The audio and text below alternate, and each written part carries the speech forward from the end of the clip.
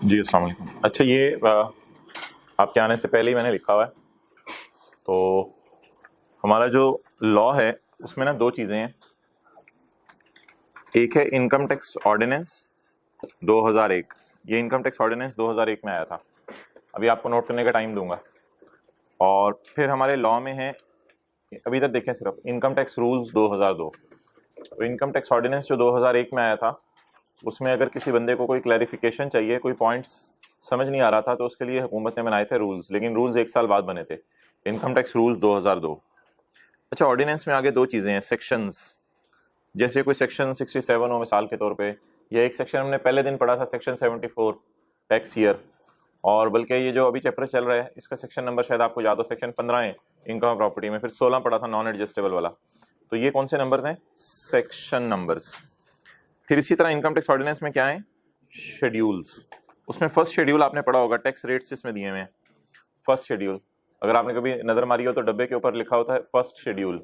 इसी तरह second schedule भी है, थर्ड शेड्यूल भी है। तो ये शेड्यूल्स हम पढ़ेंगे।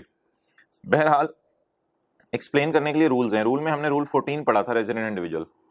ये आने और जाने का दिन पूरा काउंट किया जाएगा। ये बात हमने पढ़ी थी रेजिडेंट इंडिविजुअल की डेफिनेशन में, और ये पेज नंबर 2 पे ही हमने पढ़ लिया था चैप्टर 4 में, इनकम टैक्स रूल्स 2002 और आगे रूल 14। और ये जो ऊपर लिखा होता है ना, ये सेक्शन 82 है, सेक्शन 82 ये इनकम टैक्स ऑर्डिनेंस में है। तो दो चीज़ें हैं हमारे सिलेबस में। नंबर 1 इनकम टैक्स ऑर्डिनेंस 2001 में जो आया था, और दूसरी चीज़ है इनकम टैक्स रूल्स जो 2002 में आए थे। तो ऑर्डिनेंस के अंदर जो है वो ज़रा चीज़ों का जिक्र किया जाता है, फिर जो बात समझ ना आए उसे बताया जाता है इनकम टैक्स रूल्स के अंदर। ओके, किधर है गए? ओके, अच्छा, अगली बात ये कि ये जो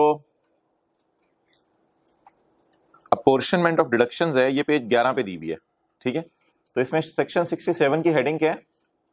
अपोर्शनमेंट ऑफ डिडक्शन या अपोर्शनमेंट ऑफ एक्सपेंडिचर। ये सेक्शन 67 है, यानी ये किसमें होगा? इनकम टैक्स ऑर्डिनेंस में। और अगले सफे पे दिया हुआ है रूल 13, तो ये कहां होगा? इनकम टैक्स रूल्स में। हेडिंग इधर भी यही है, अपोर्शनमेंट ऑफ एक्सपेंडिचर या अपोर्शनमेंट ऑफ डिडक्शन भी जिसे कह सकते हैं।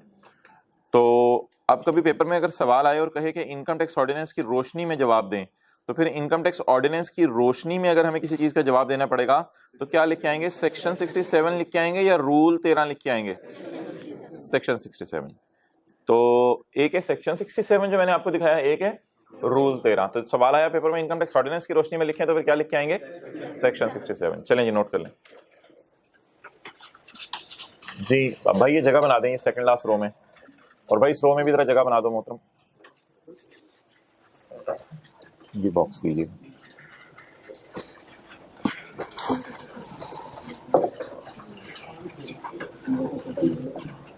आगे आ जाओ भाई, ये जगह बन गई है।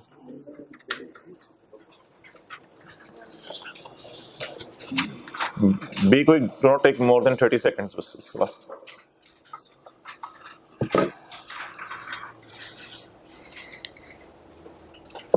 भाई आओ, शर्माओ मत, आओ।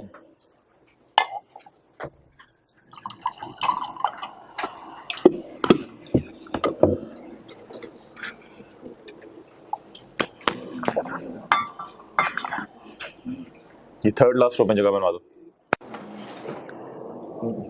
ये वो भाई को बता दो थोड़ा सा उधर हो जाए।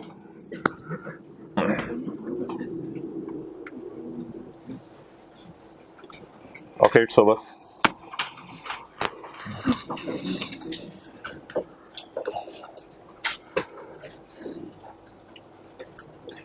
अब अगर आप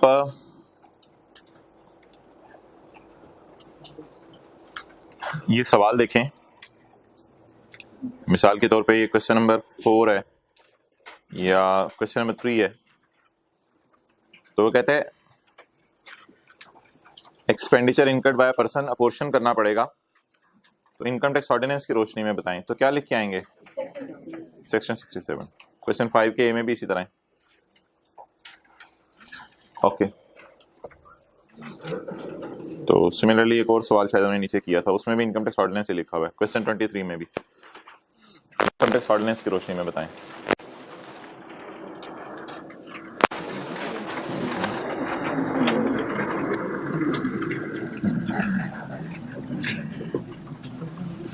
ओके, इनकम प्रॉपर्टी के चैप्टर में आ जाए। क्वेश्चन नंबर 6 पास पेपर का।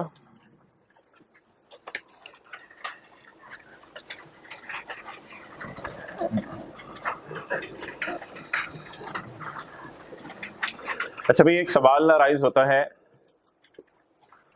कि क्या कभी कोई घर का खर्चा किराएदार भी पे कर सकता है? घर का खर्चा, हालांकि होता तो ऐसा है कि अगर इंजमामुल हक अपना घर किराए में, आपको देखिए जा रहा हूँ फिर बोल रहे हैं, इंजमामुल हक अपना घर किराए पे चढ़ा दे सर आसिफ को, तो इंजमामुल हक की रिपेयर का खर्चा करेगा, इंजमामुल हक की इंश्योरेंस पे करेगा, इंजमामुल हक की लीगल चार्जेस पे करेगा जो घर का मालिक है, इंजमामुल हक की घर के बाकी खर्चे पे करेगा, इंजमामुल हक की कोई और जितने खर्चे हमारे आ रहे थे, कोई लोकल टैक्स है, रेट है, कोई इंटरेस्ट ऑन लोन है, वो सारे के सारे खर्चे इंजमामुल हक ही पे करेगा क्योंकि उसने घर किराए पे चढ़ाया हुआ है। तो घर के खर्चे किसकी जेब से जाते हैं? आउटफ्लोस किसकी जेब से जाते हैं? ओनर की जेब से। लेकिन अगर कभी ओनर की बजाय किराएदार घर का खर्चा बर्दाश्त कर ले, इट इज पॉसिबल, ओनर की बजाय किराएदार घर का खर्चा बर्दाश्त कर ले, तो ये भी ओनर को एक बेनिफिट है। मिसाल के तौर पे किराएदार ये कह दे यार वो इंश्योरेंस तूने करानी थी ना, चल मैं करा लेता हूं, तो लॉ मेकर कहता है कि क्या ओनर को इतनी सेविंग हुई?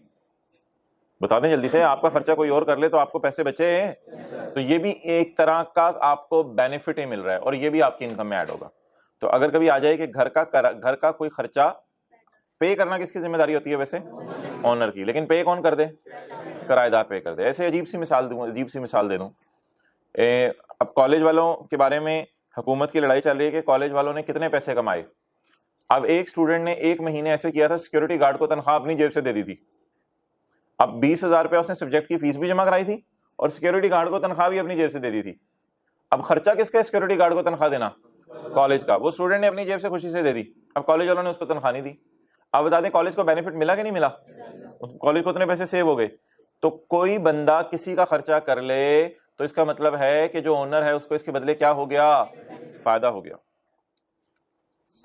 अच्छा जी, पढ़ें question 6। ABC associates owns a building which is on rent। भाई फर्स्ट और सेकंड रो में कुछ जंप करके आना चाहते हैं आ सकते हैं। ABC associates owns a building which is on rent। ABC associate एक बिल्डिंग ओन कर रही है जो रेंट के ऊपर है। The following information is available. किराएदारों से कितना किराया आया है? 23 लाख। अच्छा, इसमें एक मसला है, किराए में 6 लाख शामिल है। किराए में भाई नहीं है इधर, अच्छा किराए में 6 लाख शामिल है फॉर 3 years। तो मसला है 23 लाख में। 23 लाख में कितना शामिल है जी? 6 लाख। 6 लाख कितने सालों के लिए? 3 सालों के लिए। Commencing from July 1 of current year, July 1 से करंट ईयर के टोटल 3 सालों का इसमें 6 लाख शामिल है। और ABC associate accrual accounting use कर रही है। एक्रूअल अकाउंटिंग क्या होती है कि पैसे आए तो इनकम रिकॉर्ड करें या घर किराए पे दे तो इनकम रिकॉर्ड करें? पैसे आए तो इनकम रिकॉर्ड करें, कैश बेसिस होती है। पैसे, हाँ बिल्कुल, पैसे आए तो इनकम रिकॉर्ड करें, कौन सी बेसिस होती है? कैश बेसिस होती है। और घर किराए पे दे दें और इनकम रिकॉर्ड करें, पैसे आए ना आए, ये कौन सी अकाउंटिंग होती है? जैसे क्रेडिट सेल होती थी इंट्रो की क्लास में, तो चीज बेचते थे, पैसे नहीं भी आते थे तो डेटर डेबिट सेल क्रेडिट। तो एक्रूअल अकाउंटिंग क्या होती है? पैसे आने पे इनकम रिकॉर्ड करें या घर किराए पे देने पे इनकम रिकॉर्ड करें, ये एक्रूअल अकाउंटिंग फॉलो कर रहे हैं। और उसका साल जुलाई को शुरू है, यकम जुलाई 7 को, और खत्म कब हुआ है? 30 जून 2008 को। तो यकम जुलाई 7 को इसका साल शुरू है और 30 जून 2008 को इसका साल खत्म हुआ है। ओके, अब आप जरा मुझे सोच के बता दें वो ये क्या कहना चाह रहे हैं। किराए में 6 लाख 3 सालों का पड़ा है। टोटल किराया कितने? 23 लाख में 6 लाख 3 सालों का पड़ा है। क्या करें, इसको पड़ा रहने दें या बाहर निकाल दें? ये 23 लाख में से 3 सालों का पूरा बाहर निकाल दें या थोड़ा सा बाहर निकालें? ये किराया ही है, ये किराया ही है। रेंट रिसीव्ड इंक्लूड 6 लाख, आगे नेचर नहीं बताई इसकी, तो ये किराया ही है। रेंट रिसीव्ड इंक्लूड रेंट, इसमें रेंट ही पड़ा हुआ 6 लाख रुपया, तो एडवांस टाइप रेंट है कोई शायद। हाँ, तो बता दें अब इसका क्या करें। ये 6 लाख किराए में पड़ा है, बता दें। नहीं, नॉन एडजस्टेबल तो नहीं है, कहीं लिखे ये नॉन एडजस्टेबल है? ऐसी तो कोई बात नहीं है, ऐसी तो कोई बात नहीं है। हाँ बिल्कुल, एक्सेलेंट भाई कह रहे हैं इस 6 लाख में से 1 साल का तो किराया रिकॉर्ड करना बनता है, क्योंकि 6 लाख में 2 लाख हमारे साल का भी पड़ा है और इसमें बाकी 4 लाख अगले सालों का पड़ा है। इस पे कोई एतराज है किसी को बता दे। सवाल तो चीख चीख के पुकार रहे हैं, हमारे साल के भी इसमें कुछ पैसे पड़े हैं, लेकिन टोटल कितने सालों के पड़े हैं? तो बता दें इसमें फिर हमारे साल का कितना पड़ा होगा? 2 लाख, और अगले 2 सालों के, क्योंकि ये 6 लाख कितने सालों का किराया है, उसमें हमारे साल का कितना पड़ा है? तो बाकी अब मैं अगर 23 लाख को सेट करना चाहूं तो आपको जैसे पसंद आए वैसे आप पेपर में कर लीजिएगा, इसमें कोई हर्ज नहीं है। 23 लाख में 3 सालों का 6 लाख निकाल दो। ओए होए होए होए, नहीं नहीं नहीं, हमारे साल का 2 लाख तो डाल दो, हमारे साल का 2 लाख डाल दो। एक ये भी तरीका है कि 23 लाख में जो पड़ा है उससे निकालो, बाद में सोचो जो आपने निकाला है क्या वो निकालना बनता था? नहीं, उसमें 2 लाख तो हमारे साल का ही था। या फिर अगर ये पसंद नहीं आ रहा तो फिर आप 23 लाख में सोचें 6 लाख पड़ा है, उसमें 2 तो हमारे का ही है, तो निकाल कितना दो?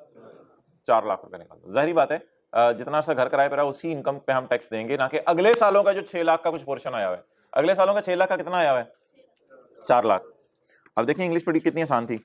रेंट में पड़ा है 6 लाख, कितने सालों का? उसमें हमारे साल का भी कुछ शामिल है, तो हमारे साल का कितना शामिल होगा? 2 लाख शामिल होगा। It's up to you. चलें जी करना शुरू करते हैं। Income from property, gross rent बोलें जी। 23 लाख माइनस, मैंने सोल्यूशन शुरू कर दिया है, क्या आ गया? 19 लाख।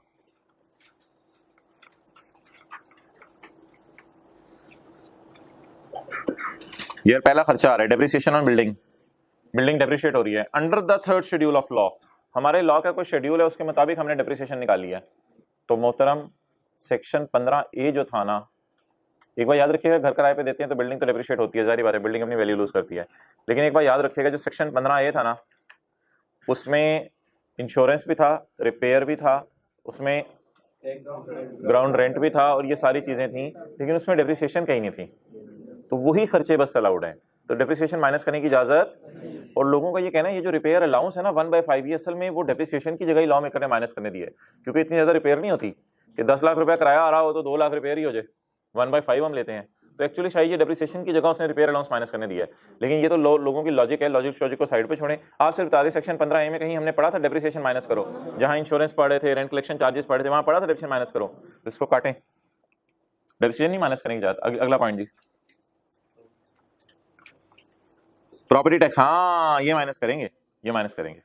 म्यूनिसिपल टैक्सेस, भाई ये म्यूनिसिपल लोकल गवर्नमेंट होती है, हाँ हाँ लोकल गवर्नमेंट को टैक्स आपने पे किया है, तो 2 टैक्स आज आ गए, और दोनों ये देखें टैक्स के लिए पॉइंट्स एक ही है।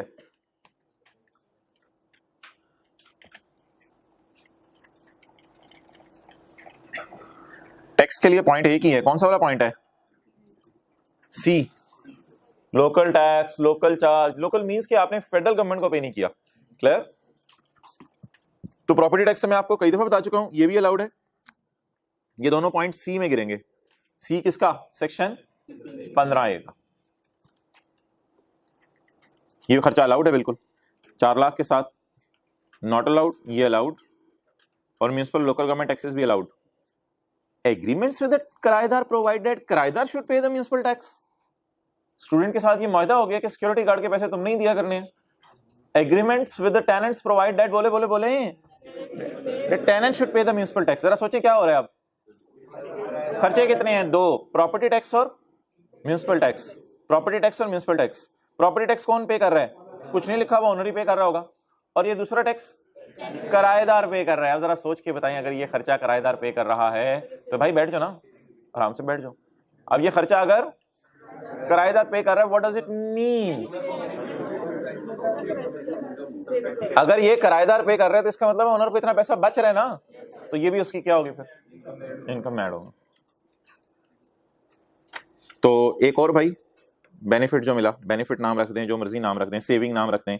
कितना कितना बना जी? ये लाख रुपया। कौन सा? ऊपर वाला लाख, नीचे वाला लाख? ऊपर वाला लाख, नीचे वाला लाख? नीचे वाला लाख।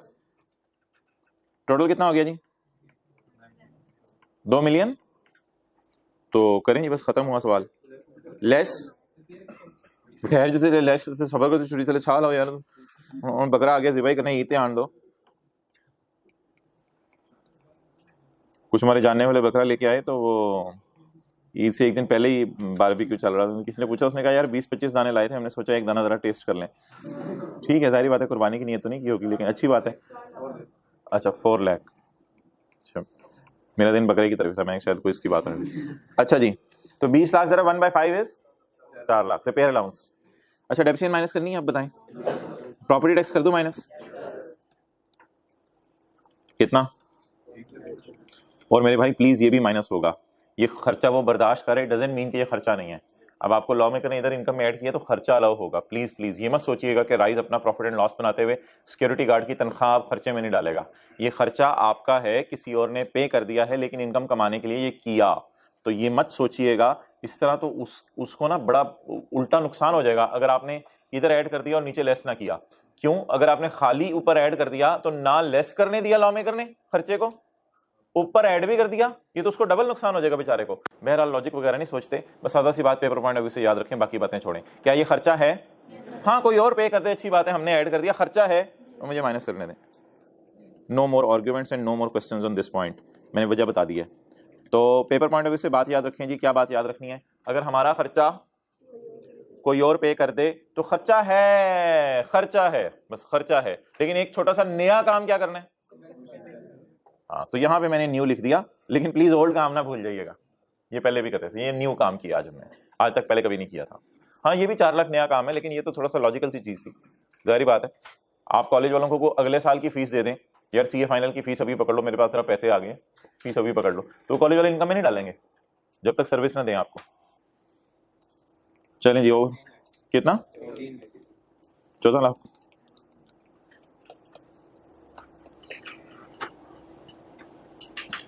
प्लीज प्लीज प्लीज खर्चा रिकॉर्ड करना नहीं भूलना दोबारा। खर्चा है लेकिन किसी और ने बर्दाश्त कर लिया, इसलिए क्या कर दें? इनकम में ऐड कर दें।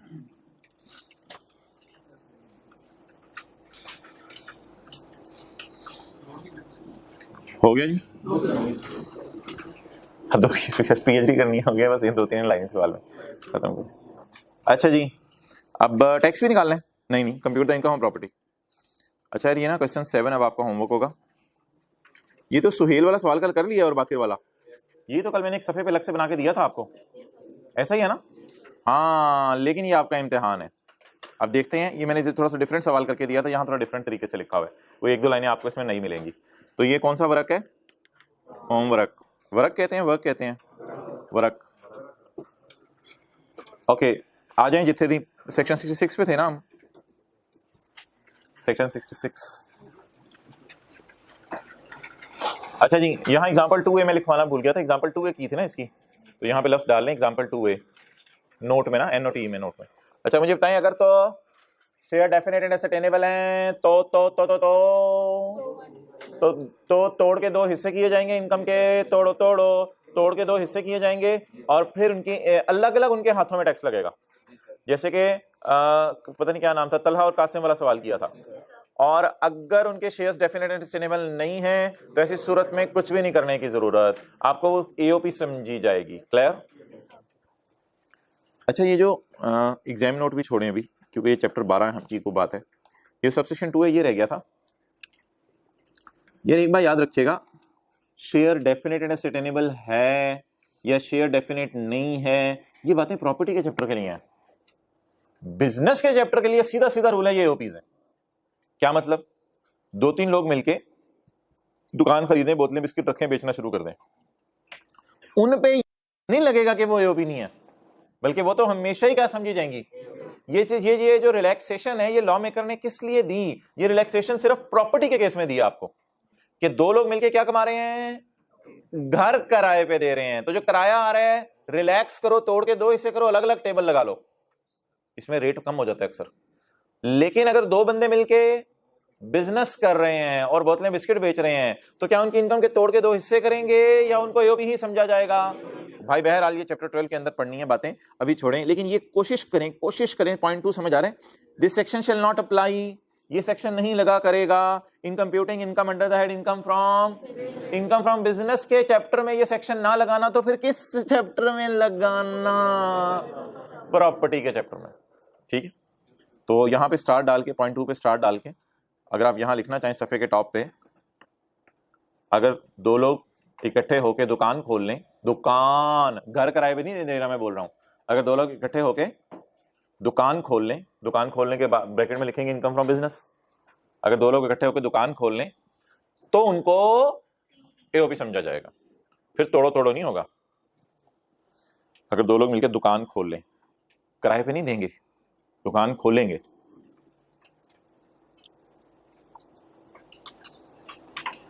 तो उनको एओपी समझा जाएगा।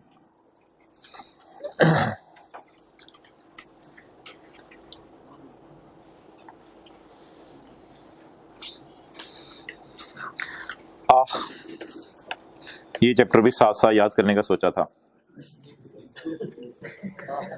कितने लोगों को नदामत के आंसू आ रहे हैं? अगला चैप्टर शुरू हो रहा है, नहीं आ रहे नदामत के आंसू? आप खड़े हो जाए, ब्लू कैप में भाई खड़े हैं जी। सेक्शन 15A के इंटरेस्ट ऑन लोन वाले 3 पॉइंट सुनाए, जल्दी खड़े हो। सेक्शन 15A के इंटरेस्ट ऑन लोन वाले 3 पॉइंट।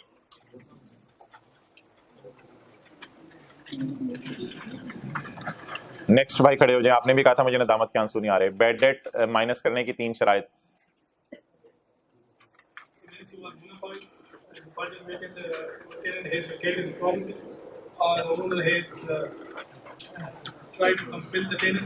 माशाल्लाह, try to compel to vacate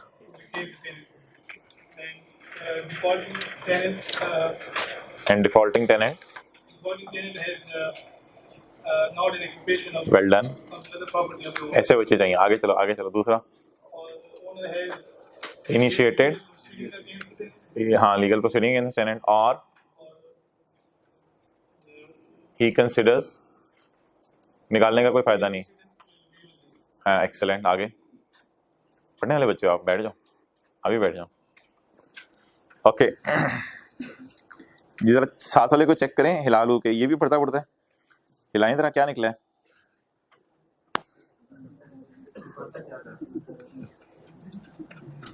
अच्छा कितने लोग ये वाला चैप्टर साथ साथ करेंगे? वो जज्बे पहले दिन वाले वापस ले आए, समझ लिया। आज 6 अक्टूबर है, ये तो चैप्टर साथ साथ। पॉज करना जी भाई। इनकम फ्रॉम प्रॉपर्टी में पास पेपर देखें, थ्योरी का कोई सवाल आया? थ्योरी का 1-2 सवाल है।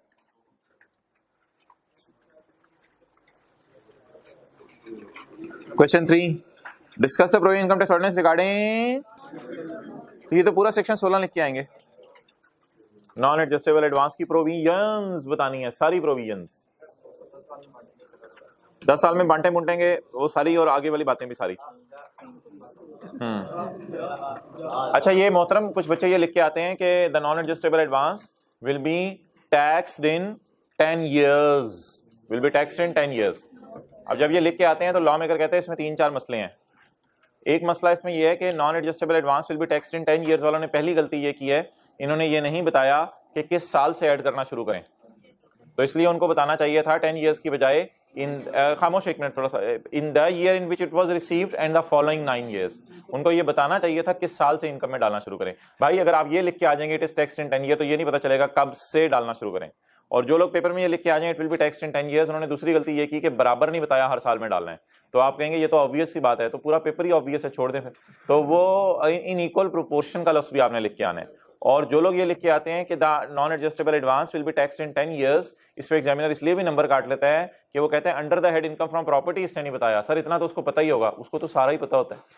तो under the head income from property, तो आप देख लें सादा सी बात है, पेपर दे के बाहर निकला बंदा यार लुट मच गई, मैं लिख आया हूँ 10 सालों में टैक्स लगेगा। मैं लिख तो आया हूँ 10 सालों में टैक्स लगेगा, लेकिन 6 महीने है पीछे। अच्छा तो इसलिए मोहतरम आपने ये भी बताना कब से लगना शुरू करेगा, ये भी बताना इक्वल प्रोपोर्शन में लगेगा, ये भी बताना है under the head income from property. अब इस तरह कितने लोग ये वाला चैप्टर याद करेंगे, अगला जो शुरू होने लगा है, साथ साथ याद करेंगे। Okay, define the term rent. Rent में वो 2 चीजें थी, फोरफिटेड डिपॉजिट था और वो इनकम फ्रॉम कैपिटल गेन।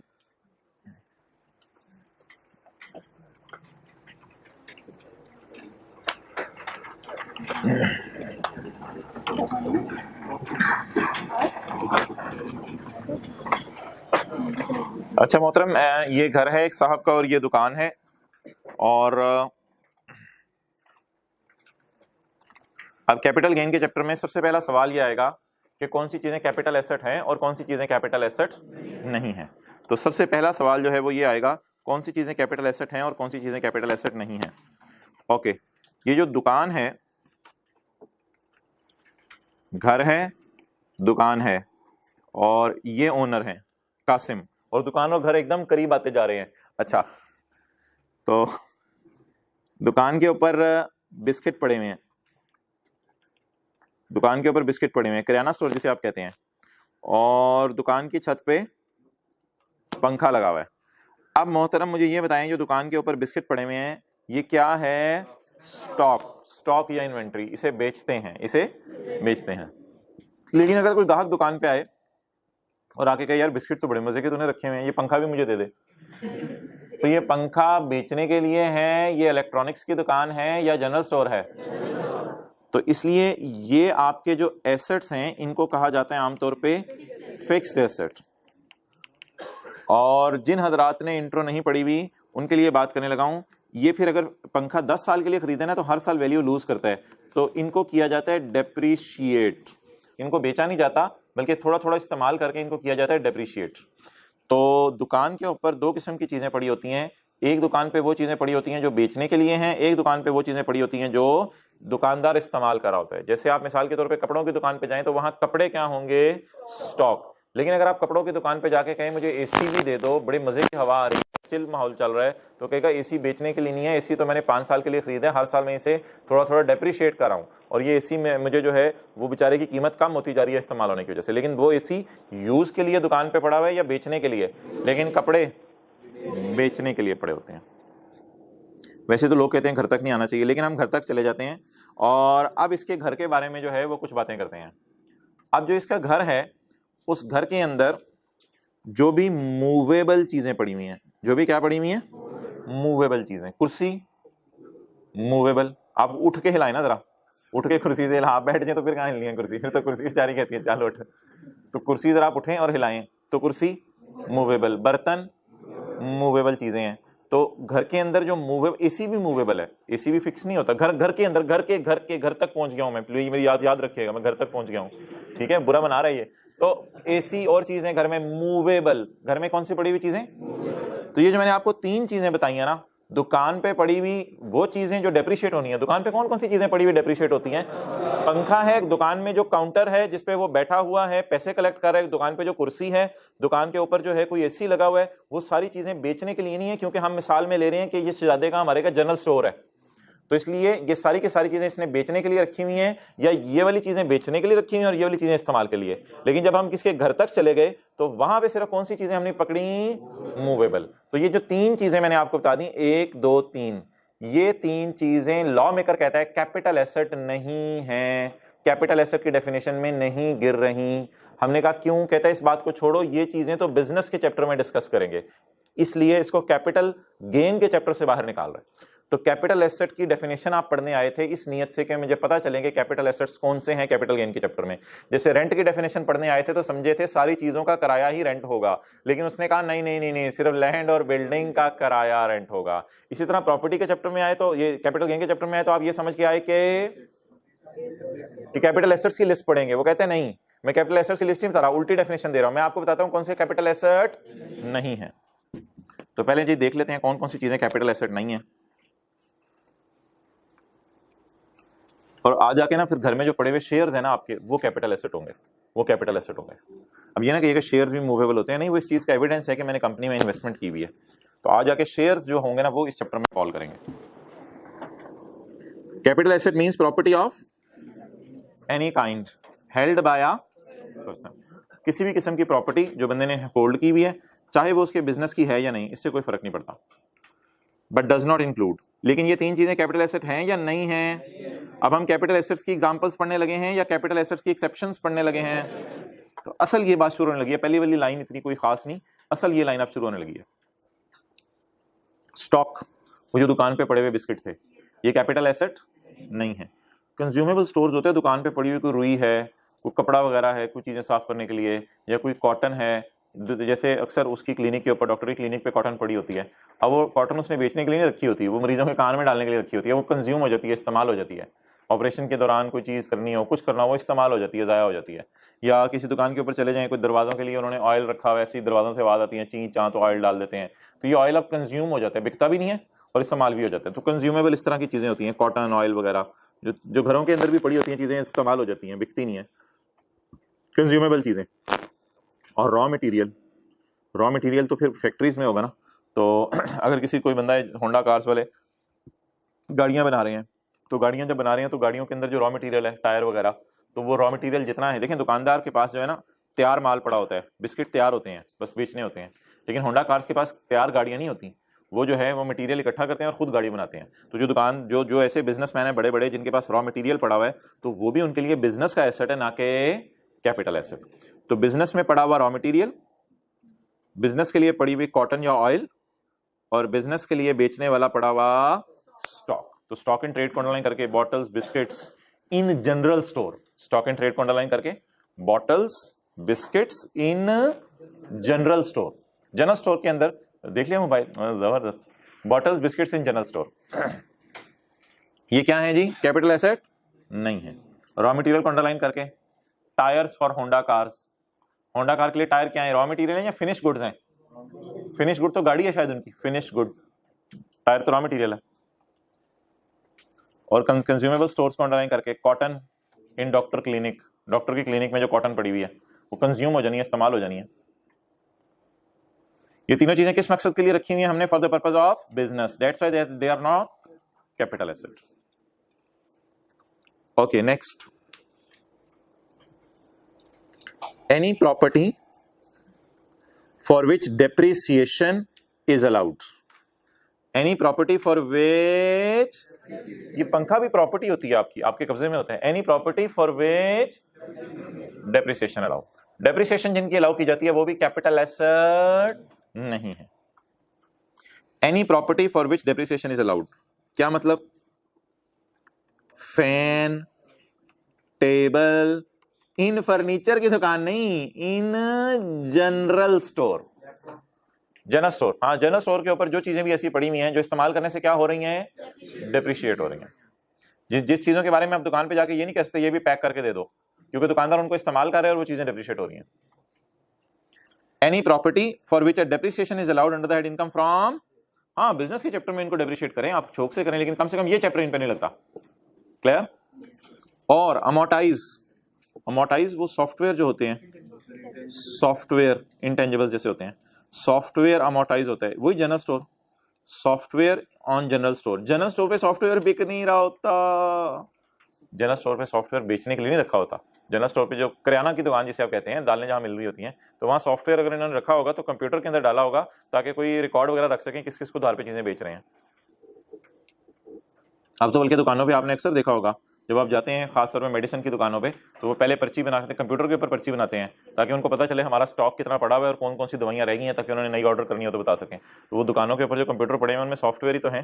तो अगर आप मेडिकल स्टोर के ऊपर चले जाएं तो दवाइयाँ वहाँ पे स्टॉक हैं मेडिकल स्टोर पे, और वो जो कंप्यूटर है और उसके अंदर जो सॉफ्टवेयर है वो तो फिक्स्ड एसेट है, और उनको क्या करेंगे बिजनेस के चैप्टर में? डेप्रिशिएट या अमोर्टाइज करेंगे, क्योंकि अगर किसी की दवाइयों की दुकान है तो वो क्या कर रहे हैं? इनकम फ्रॉम बिजनेस कर रहे हैं। तो पॉइंट ए और बी में उसने बिजनेस वाली चीजों को बस थ्रो अवे किया। बिजनेस वाली चीजें कौन सी हैं? दो किस्म की हैं, नंबर 1 एक बेचने के लिए और नंबर 2 एक इस्तेमाल के लिए। तो पॉइंट नंबर ए के अंदर उसने बिस्किट वगैरह फारिग कर दिए और पॉइंट बी के अंदर उसने पंखे वगैरह फारिग कर दिए, क्योंकि इनको किस चैप्टर में डील करेंगे? बिजनेस। और एनी मूवेबल प्रॉपर्टी, और घर में जब आ गया तो घर में मूवेबल चीजें, घर में any movable property held for personal use, held for, बर्तन पर्सनल यूज में आते हैं, ये एसी पर्सनल यूज में आते हैं, घर में पड़ी हुई मूवेबल चीजें पर्सनल यूज में आती हैं, जाती इस्तेमाल में आती हैं। Any movable assets held for personal use by the person, यानी कि आप समझ लें वालिद साहब, बाय द वालिद साहब और बीवी बच्चे, और बीवी बच्चे। तो चाहे आपके इस्तेमाल में हो वो चीजें, चाहे आपके घर वालों के इस्तेमाल में हो, ये सारी की सारी कैपिटल एसेट नहीं है। तो बता दें जी कितनी चीजें डज नॉट इंक्लूड है? स्टॉक, ऐसी चीजें जो बिजनेस में हैं और डेप्रिशिएट होनी है, और मूवेबल चीजें जो जाती इस्तेमाल के लिए पड़ी हैं। जाती इस्तेमाल वाली मूवेबल चीजें लोगों ने कहां रखी होती हैं? घर में रखी होती हैं। ये सारी चीजें कैपिटल एसेट नहीं है। आज आप घर में जाएंगे और घर में जाके आज जो है वो आप बर्तनों को अपनी जगह से हिलाएंगे बार बार, अम्मी बेटा क्या हो गया? अम्मी मैं चेक कर रहा हूं मूवेबल है, हाँ बेटा मूवेबल है। अम्मी फिर ये कैपिटल एसेट नहीं है, फिर आप जाएंगे, फिर आप जाके क्लॉक को हिलाएंगे, अम्मी ये भी हिल रहा है, तो बेटा ये, अम्मी ये भी मूवेबल है, तो बेटा फिर, तो अम्मी ये भी कैपिटल एसेट नहीं है। तो आपने सारे एसेट्स जो मूव कर रहे हो ना उन पे जाके लिख देना है not a capital asset, not a capital asset, घर में not a capital asset. Okay, लेकिन यार घर में पड़ी हुई जो 6-7 चीजें हैं ना ये मूव करती हैं, लेकिन लॉ मेकर इनको जबरदस्ती कैपिटल एसेट कह रहा है। होगी बात? चलो अब इधर देखो, ये जो घर में पड़ी हुई 6-7 चीजें हैं ना ये मूव करती हैं, लेकिन लॉ मेकर इनको जबरदस्ती कैपिटल एसेट कह रहा है। However following assets held for जाती इस्तेमाल बाय द बंदा और हिज बीवी बच्चे shall be considered जबरदस्ती कंसिडर्ड एज कैपिटल एसेट, क्योंकि ये मूवेबल है, फिर भी इनको क्या करार दे रहा है? Capital asset. अब घर में पड़ी हुई कौन कौन सी चीजें कैपिटल एसेट हैं जी? पेंटिंग, मुजस्मा, ड्राइंग और अदर वर्क ऑफ आर्ट। घर में पड़ा हुआ जेवर, चांदी, सोना, सारी चीजें कैपिटल एसेट। गोल्ड हो, सिल्वर हो। रेयर मैन्यूस्क्रिप्ट, बहुत पुरानी तहरीर लिखी हुई है, फोलियो और बुक का भी यही मतलब है, रेयर होनी चाहिए, rare book, rare manuscript, rare folio, folio का मतलब डिक्शनरी में देख लीजिएगा, वैसे कोई देखने की जरूरत नहीं। रेयर मैन्यूस्क्रिप्ट, बहुत पुराना कोई मुसव्विदा, बहुत पुरानी तहरीर किसी के जमाने की, कोई 100 साल पुरानी, तो ये चीजें भी आपकी नजर में, तो आपकी नजर में मूवेबल है किताबें वगैरह, लेकिन ये कैपिटल एसेट हैं। बहुत पुरानी कोई स्टैम्प्स आपके पास पड़ी हुई हैं, कोई फर्स्ट डे कवर भी स्टैम्प्स का ही नाम होता है, और कॉइन कोई पड़ा हुआ ऐसा जबरदस्त किस्म का, मेडोलियन, मेडल टाइप पड़े हुए हैं, और आपके साथ वाला नहीं सॉरी आर एन एंटीक या कोई एंटीक है, तो ये सारी चीजें। अच्छा, वी आर वेरी लकी, मैं आपको मजे की बात बताऊं, व्हाट्सएप ग्रुप में तो वैसी इजाजत नहीं होगी इन सारी चीजों में से किसी का मतलब पूछने की, आप लोगों को भी सारी चीजों में से किसी का मतलब पूछने की इजाजत नहीं है, बस इनके नाम याद करना हमारे सिलेबस में है। तो मैंने आपको आधा मिनट दे रहा हूं, इनके नाम याद करके साथ वाले को सुना दें, जल्दी कर लें, बस इनके नाम याद करने हैं।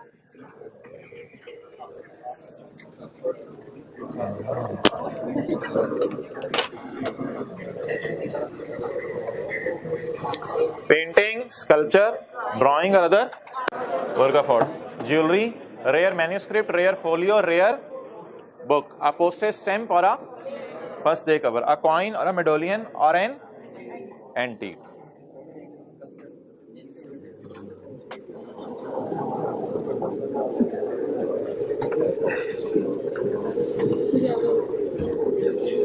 ओके, कितनी चीजें बाहर निकल गई कैपिटल एसेट डेफिनेशन में? भाई मैं अगेन आपको बता रहा हूँ, ये आने वाले चैप्टर बिजनेस सैलरी, इन्होंने टाइम नहीं देना आपको रिवीजन का, ये साथ साथ ही आप करते हैं, ये चैप्टर चल रहे हैं, और साथ साथ एक सफा नहीं करेंगे, आने वाले दिनों में मसले नहीं मसाइल पड़ जाएंगे। ओके, दुकान में पड़ा हुआ स्टॉक कैपिटल एसेट नहीं है, दुकान में पड़ी हुई वो चीजें जो इस्तेमाल करनी है कैपिटल एसेट नहीं है, और घर में पड़ी हुई मूवेबल चीजें कैपिटल एसेट नहीं है, लेकिन घर में पड़ी हुई 6-7 चीजें ऐसी हैं जो जबरदस्ती कैपिटल एसेट हैं। अच्छा, अब एक जहनों में सवाल आ रहा होगा कि अच्छा घर में पड़ी हुई मूवेबल चीजों में से कुछ मूवेबल कैपिटल एसेट नहीं है, बल्कि ज्यादा मूवेबल कैपिटल एसेट नहीं है, और जो चंद गिनी चुनी 6-7 चीजें हैं वो कैपिटल एसेट हैं। तो घर की इमूवेबल चीजें का क्या करना है, जैसे लैंड, बिल्डिंग, उसके लिए थोड़ा सब्र कर जाएं, वो इंशाल्लाह आगे तफसील आ रही है। तो अगर ये जहन में सवाल आ रहा हो तो ये भी आपको पूछने की जरूरत नहीं है कि घर की लैंड बिल्डिंग का क्या करना है, क्योंकि घर की लैंड बिल्डिंग तो इमूवेबल है। तो अगला सफा आ रहा है इंशाल्लाह, उसकी बात करेंगे। लैंड नहीं मूव हो सकती, 2-4 बंदे भी ले आए, मुश्किल है मूव करना। बिल्डिंग आजकल तो बिल्डिंग भी नहीं मूव होती, पता नहीं अगले जमाने का नहीं पता। ओके,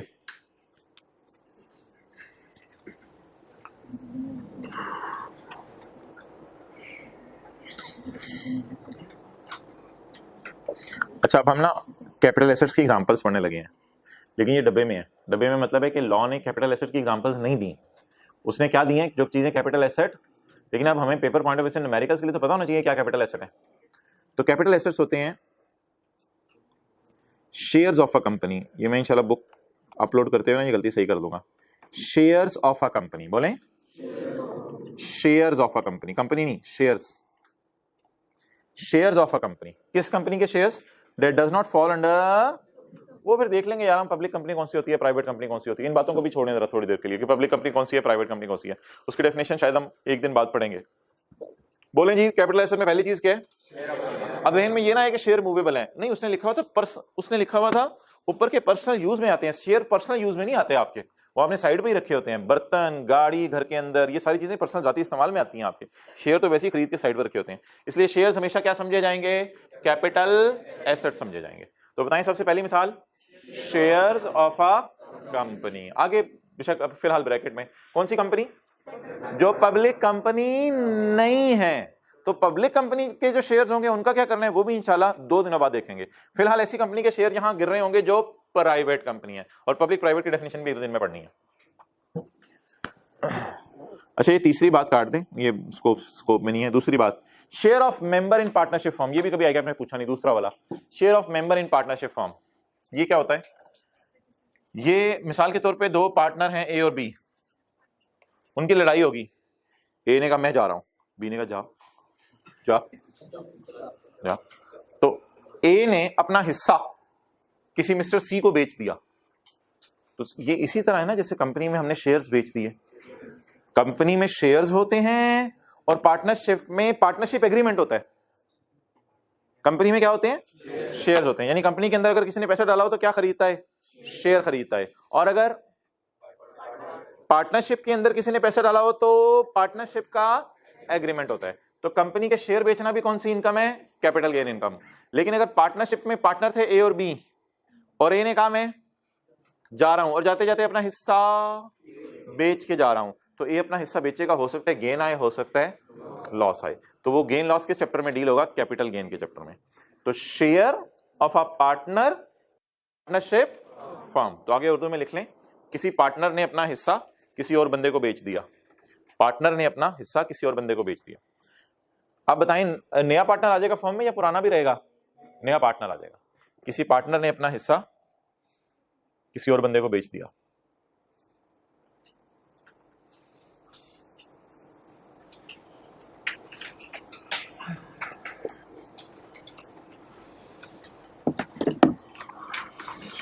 ओके इसको हमने ना अपने समझने के लिए जबरदस्ती नाम दे दिया कैटेगरी 1। एक कौन सी कैटेगरी है जी, कैटेगरी 2। कैटेगरी 2 में क्या आएगा जी, वही सारी list, painting, help for personal use, वो सारी चीजें वही जो ऊपर पड़ी। These categories are only prepared for, they should not use the word category in paper, ये पेपर में अल्फाज इस्तेमाल नहीं करने। अच्छा भाई कैटेगरी 1 कौन सी हो गई, प्राइवेट कंपनी के शेयर, बोले, यानी कि जो पब्लिक कंपनी नहीं है वो कौन सी होगी। और कैटेगरी 2 कौन सी हो गई, घर में पड़े हुए पेंटिंग वगैरह, ज्वेलरी वगैरह, ये सारे क्या हो गए, कैपिटल एसेट। घर में आपकी वालिदा ज्वेलरी बेचती हैं, टैक्स नहीं देती, तो इसका मतलब ये नहीं कि लॉ गलत बना हुआ है, आपके घर के अंदर गलती हो रही है। ओके अच्छा जी, इनका ट्रीटमेंट क्या करना है, ट्रीटमेंट क्या करना है। कैटेगरी 1 में कौन सी चीजें थी जी, प्राइवेट कंपनी के शेयर्स, और कैटेगरी 2 में ज्वेलरी वगैरह, पेंटिंग वगैरह जो घर में पड़ी हुई है। क्लियर। अच्छा मुझे बताएं, ऐसा हो सकता है लाख रुपए का जेवर बेच के आप 1,10,000 का बेच दें, लाख रुपए का खरीद के 1,10,000 का बेच दें, तो 10,000 का क्या आया, गेन। ऐसे भी हो सकता है कि आप लाख रुपए का जेवर खरीद के 95,000 का बेचें, तो इस पे क्या आया, लॉस आया। अच्छा ये जो गेन है ना, गेन को कहेंगे आप ये मेरी इनकम है, ये मेरी इनकम है। और अगर लॉस आ गया तो आप कहेंगे ये खर्चे की तरह माइनस कर लो, डिडक्शन नाम रख दो, जो मर्जी नाम रख दो, ये खर्चा अलाउड है, यानी खर्चा माइनस करने की इजाजत है।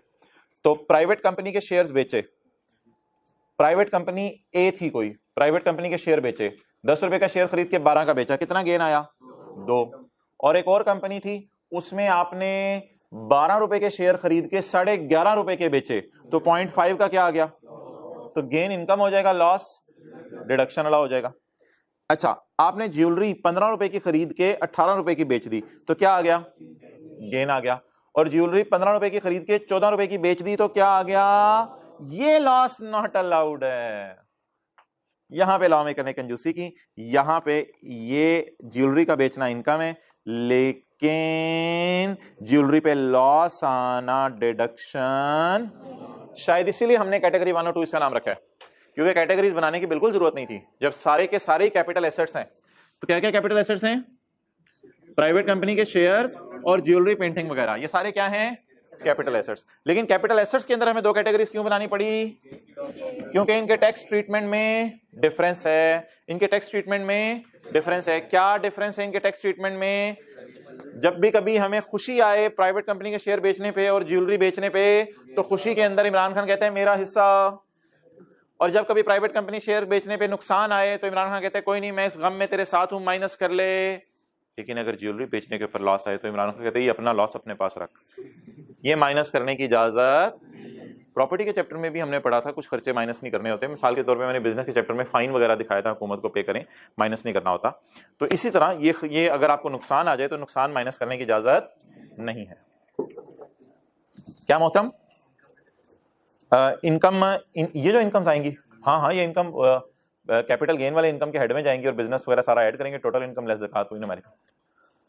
ये सारी बातें सिर्फ अभी आपने रिटेन रखनी है, इनको न्यूमेरिकल इंशाल्लाह मंडे की क्लास में करेंगे, जो संडे और ट्यूसडे के दरमियान सैंडविच होनी है मंडे, उस क्लास में इंशाल्लाह न्यूमेरिकल करना है। Tax treatment of above mention categories, gain और लॉस, ये न्यूमेरिकल तैयार है इंशाल्लाह मंडे के लिए। ये कितने कितने कितने कितने कितने कितने ये मिस्टर कासिम वाला, ये इंशाल्लाह न्यूमेरिकल होगा फुल फ्लेज। प्राइवेट कंपनी के शेयर बेच रहा होगा, बेगम की ज्वेलरी बेच देगा उठा के, पेंटिंग बेच देगा, पता नहीं क्या क्या बेच रहा होगा। ये न्यूमेरिकल इंशाल्लाह मंडे को करना है।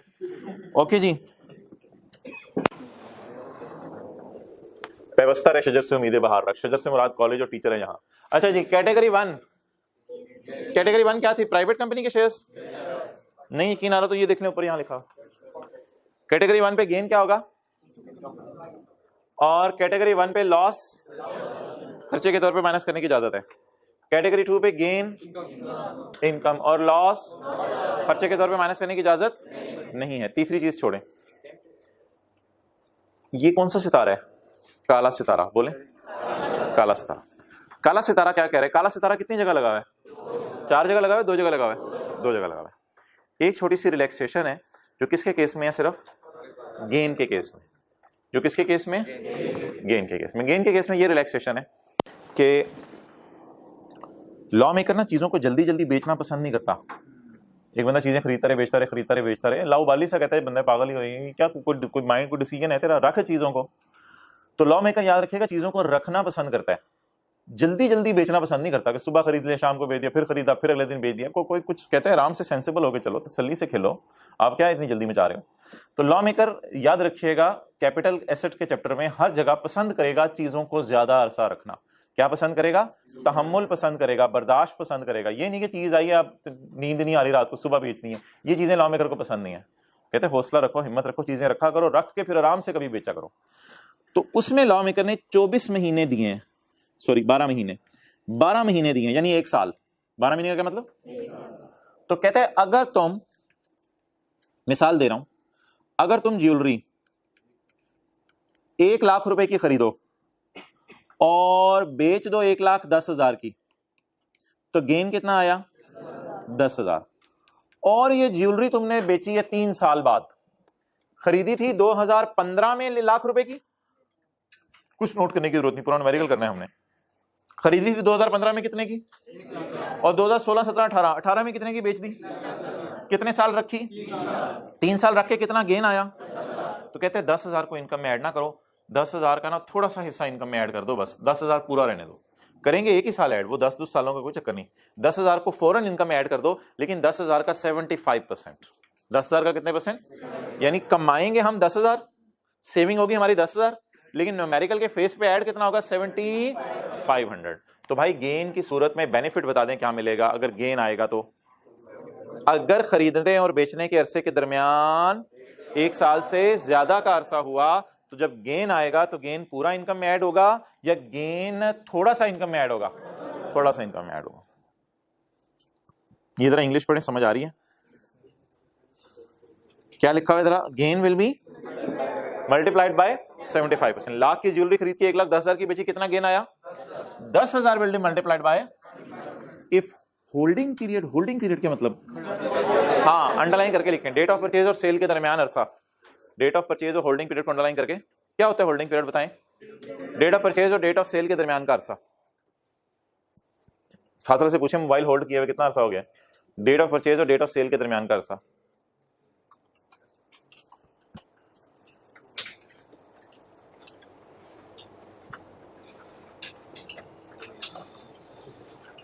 भाई मोबाइल आप बेचते हैं, मोबाइल के बेचने पे अगर प्रॉफिट आ जाता है तो आपका कारोबार नहीं है मोबाइल बेचना।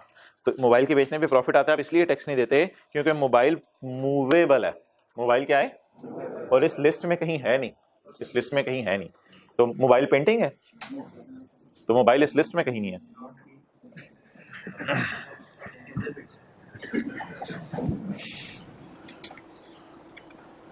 वो कहते हैं कुछ लोगों को मरने के बाद पता चलेगा ये सेल फोन नहीं था, ये हेल्थ फोन था। ये बहरहाल इस्तेमाल पे डिपेंड करता है, समझ आ गई होगी आप लोगों को बात। अक्लमंद के लिए इशारा काफी होता है, जिसने तौबा करनी है उधर बैठे बैठे भी कर सकता है कि इसे सेल फोन ही बनाऊंगा बस। ओके, एग्जेम्प्ट एसेट्स, अगला कौन सा एसेट है जी? Exempt asset.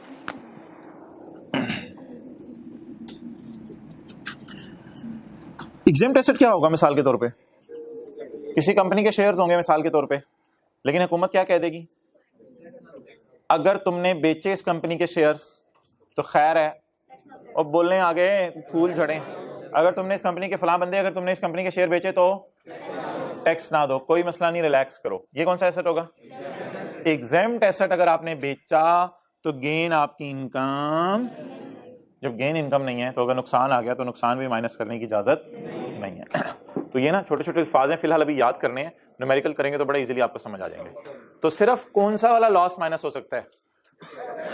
कैटेगरी 1 वाला, कैटेगरी 1 वाला।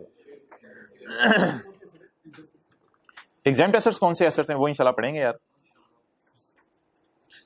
Point 1, a gain arising on disposal of, यार वैसे हद हो गई है, अखीर नहीं होगी, मुझे तो दुख हो रहा है। सेक्शन 66 में सिर्फ 5 लाइनें कल आपको याद करने के लिए मिली, और आज भी आपको सिर्फ 4-5 लाइनें ये हैं और 2-3 लाइनें ये हैं। सोच है ना? अच्छा पीछे रिवाइज कर रहे हैं साथ साथ, यार अखीर हो गई है। न्यूमेरिकल भी करने होते हैं प्रॉपर्टी के। तलहा कासिम वाला कल घर जाके दोबारा भी किया था हाथ से।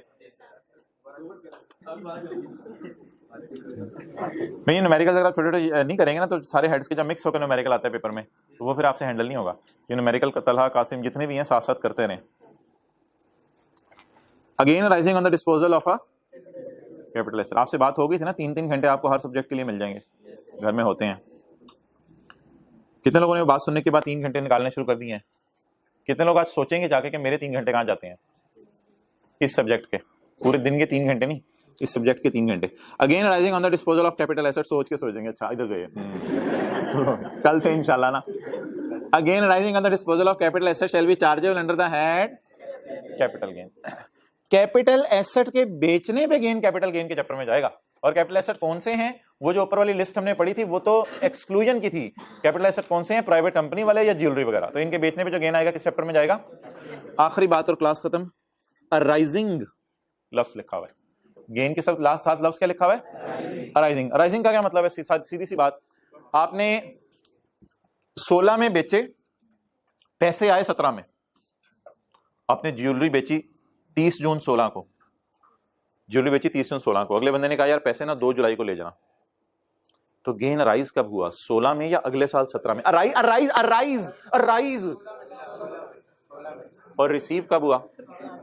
अगले साल। तो सवाल क्या है, गेन कब टैक्स लगेगा? बेचने पे या पैसे आने पे?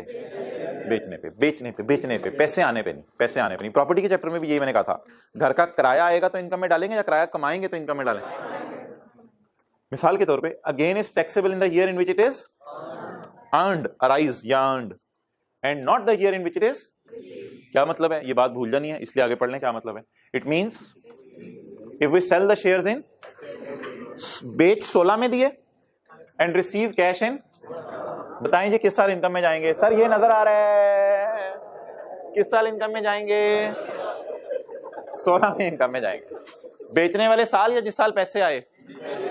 बेचने वाले साल। ठीक है जी, अस्सलाम वालेकुम। ये रिवाइज कर लें पिछले चैप्टर को, संडे अगर आ गया बीच में तो।